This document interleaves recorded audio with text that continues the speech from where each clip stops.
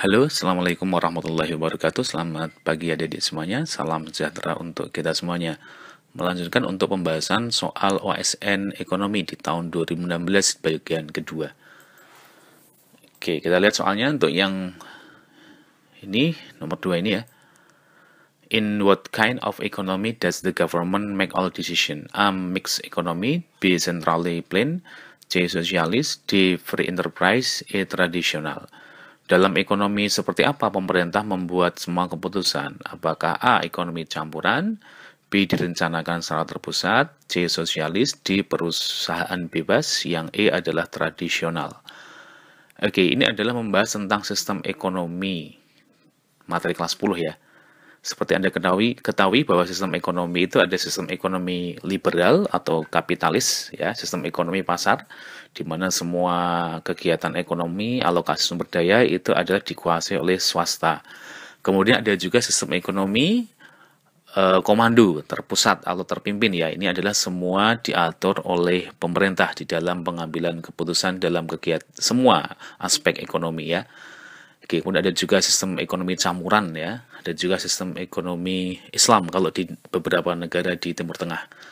Oke, kita lihat di sini, ini soal ini adalah membahas tentang sistem ekonomi apa kira-kira. Kita lihat di sini kan ada kata-kata pemerintah ya, jelas sekali. Berarti apa nih?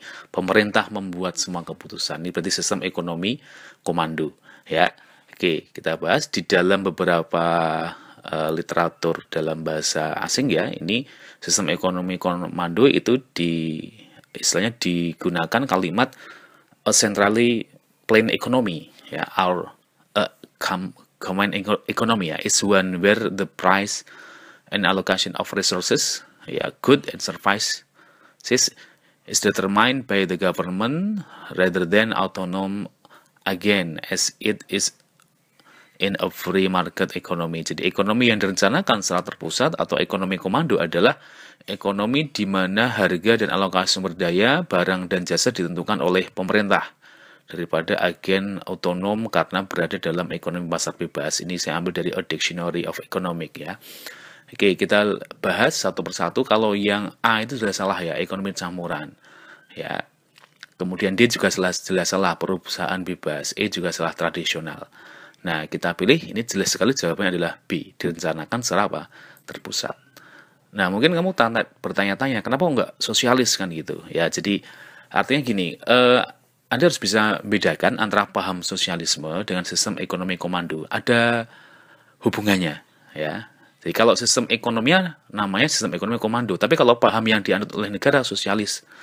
Ya, kalau paham satu negara kan berarti artinya ini mengatur semua aspek dari politik, sosial, termasuk ekonomi. Nah, kalau di dalam literatur itu dikatakan kalau dalam sistem ekonomi dikatakan sistem ekonomi ya komando, ya terpusat atau terpimpin. Ini memang adalah kebanyakan dipakai oleh di negara-negara berpaham sosialis. Ya, begitu. Terima kasih adik. Assalamualaikum warahmatullahi wabarakatuh.